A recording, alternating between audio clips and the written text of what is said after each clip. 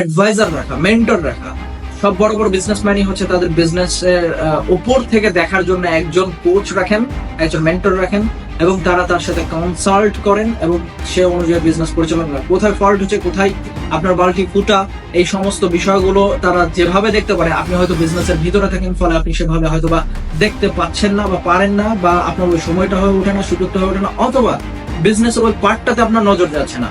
But যখন আপনি একজন অ্যাডভাইজার অথবা একজন মেন্টর অথবা একজন কোচ রাখছেন আপনার বিজনেসের জন্য, ইট বিকামস ইজিয়ার। আপনার জন্য অনেকটা সহজ হয়, আপনার জন্য ভালো হয়, অনেক টাকা লস থেকে আপনি হয়তো বেঁচে যাবেন just because of that adviser or mentor.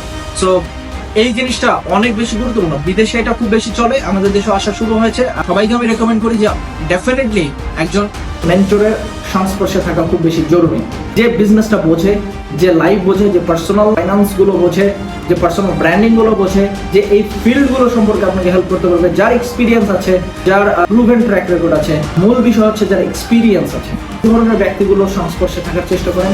100টার দরকার নাই, 10টা 20টা ব্যক্তির দরকার নাই। You need only one head, যে বিজনেসের উপর থেকে আপনাকে দেখতে হেল্প করবে, যে ক্যারিয়ারে আপনাকে সামনের দিকে আগাতে হেল্প করে। You need only one mentor, one good mentor can change your life. So এই ব্যাপারটার দিকে আমাদের নজর রাখতে হবে। এরকম সিচুয়েশনে হতাশ না হয়ে কিভাবে spiritually, mentally, emotionally and physically আপনাকে ফিট রাখা যায়, আপনার ফাইন্যান্সিয়ালি আপনাকে ফিট রাখা যায়, এই বিষয়গুলোর দিকে যে আপনাকে হেল্প করবে, গাইড করবে, তাগাদা দিবে এবং অ্যাকাউন্টেবল রাখবে, এরকম ব্যক্তির সাথে আপনি সংস্পর্শে থাকেন, ইনভেস্ট করেন, নিজের বিজনেস বাঁচান, নিজের ইনকাম বাঁচান, এবং শুধুমাত্র সার্ভাইভ না, থ্রাইভ করা এবং সাস্টেনেবিলিটি বাড়ানোর জন্য কাজ করেন।